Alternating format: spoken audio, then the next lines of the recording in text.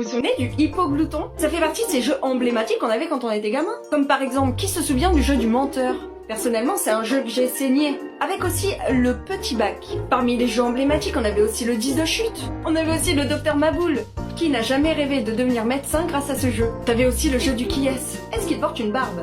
Est-ce qu'il est roux? Nous à l'époque, on l'a saigné ce jeu.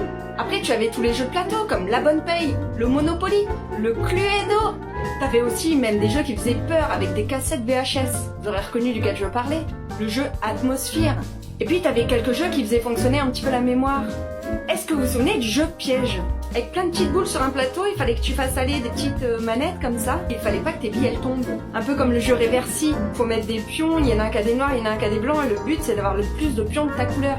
Aujourd'hui j'ai l'impression que les jeux de société se sont un petit peu perdus. Ils essayent trop de surfer sur les grosses marques. Vous voyez des Monopoly Naruto, des Mario Kart, des Game of Thrones. Mais est-ce qu'on y joue vraiment? Je suis pas certaine.